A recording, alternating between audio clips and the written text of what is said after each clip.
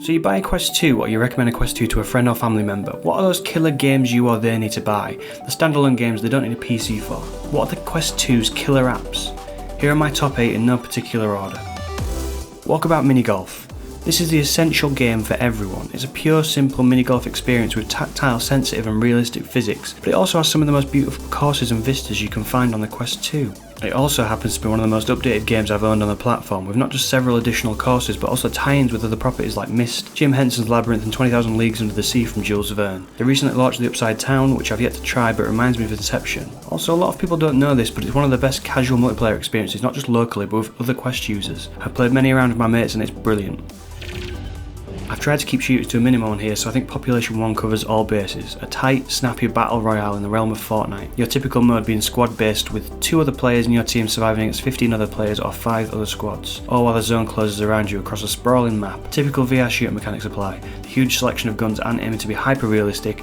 They all have their own reload processes to learn, but they're arcadey enough that with practice you can speed reload, with fumbles only occurring in the most high pressured situations. The big hook though is just how vertical the combat is. You can climb every building and object in the game, and then you're able to hold out your arms and glide down from anywhere. You'll be in awe the first time you try this. This is also one of the most updated games on the platform, with a massive amount of content now available barely resembling the original game. They also have a sandbox mode, which seems to have kept a high player count, building some mad maps for others to enjoy. There's a lot of life in it yet, and now it's free, so you have no excuse. Does this still count as a must-buy if it's free?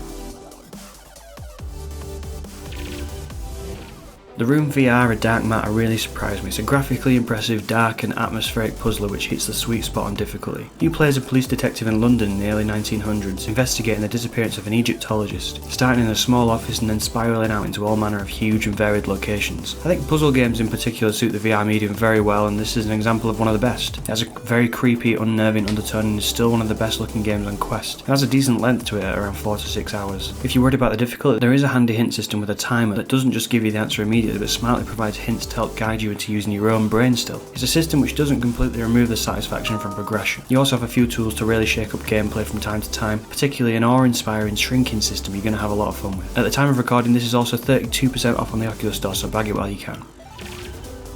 I Expected to Die 1 and 2 I've tied in together, as the second one feels like a DLC add-on, but in a good way. This is a charming escape room style puzzler where you play a secret agent. It's got some good humour, excellent spy style roleplay and extremely fun scenarios to escape out of. One of my favourites from the list, with the only problem being the length, with each one clocking around 3 hours. I'd say this is definitely quality over quantity. Puzzles are slightly easier than the Room VR, but I got more satisfaction out of the puzzles on here. Some of the results were very entertaining to watch play out. Third game in the series will be out this year, and you bet I'll be escaping my way through it on launch day. I'm clumping both Moss games together for exactly the same reason. The second follows straight on from the first, and they both show you why a third-person platformer works in the VR medium. You control a cute little mouse Quill as she navigates the incredible lush world, fighting enemies with weapons and your own assistance. You can even grab enemies with your own hands while controlling Quill with the face buttons. It's challenging enough to be fun, but it never really halts progression, which is good. It has a great pace, and the story just keeps moving with some exciting set pieces you can't miss on Quest. Certainly worth getting, as there's not too much else like it, and it'll give you a break from most first-person experiences. Speaking of first-person experiences, Resident Evil 4 ported to VR worked a little too well, didn't it? If you've played it before on the various platforms it's available, should you play it again in VR? Absolutely. In fact, this could be a good precursor to the RE4 remake in VR. It can be quite intense. I found some sections infuriatingly difficult, but other areas laughably easy due to the transition to VR. I'll make sure you have your VR legs.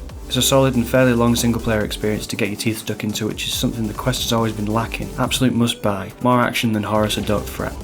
Arcade shooter Compound is gorgeous, the sleeper hit of recent months, with the looks of a Doom Wolfenstein-like 3D pixel neon future dystopia. This is a must-play arcade shooter. It's a roguelike without the exhausting roguelike elements. Start a procedural run clearing out each map, building your arsenal of weapons to take out increasingly more difficult enemies towards the big boss finish. These are some of the best handling and interesting weapons in any VR shooter I've played, very snappy, tight, and if I lose I never feel like it was the game's fault for not registering something. Pixel charm needs to be experienced in VR, it won't come across in the 2D video, definite buy. The action puzzler Superhot with its simple graphics offers a much more complex and interesting gameplay loop than the first meets the eye. To put it simply, time moves when you move, so every move you make should be considered and planned. This is what makes it exciting. Do you use a gun? Do you use your fists? Do you steal an enemy's weapon? You throw into various bite-sized scenarios where you figure out how to survive in the moment using the tools presented to you. It's incredibly fun figuring out new ways to get out of situations, and replaying after a death gets you back in the action very quickly. Great for first timers too, with very little to cause motion sickness, another surefire winner. And these are my personal top 8. Huge thanks to all those on Reddit who contribute to my own query gauging their top 8. The top voted being Mentasm, Piderman, Joe Somo, Holtang420 and Eden Cheetos. A few games crop up on just about every list. I've left a link in the description if you'd like to browse everyone else's. And also let me know below what you think the top 8 must-play games are. If you buy a Quest 2 and buy 2 games a week, what does the first 4 weeks look like? Sorry there's been a bit of a delay on uploads. After GDC there's been a small drought in info and I know we've all been waiting patiently for the metagaming showcase announcement. We have Breaches out soon and I'm midway through Vertigo 2, so let me know if you'd like me to review either and subscribe for more videos like this. I've just passed 25 subscribers and that's a huge deal for me. Thanks everyone for the support, and I'll see you on the other side.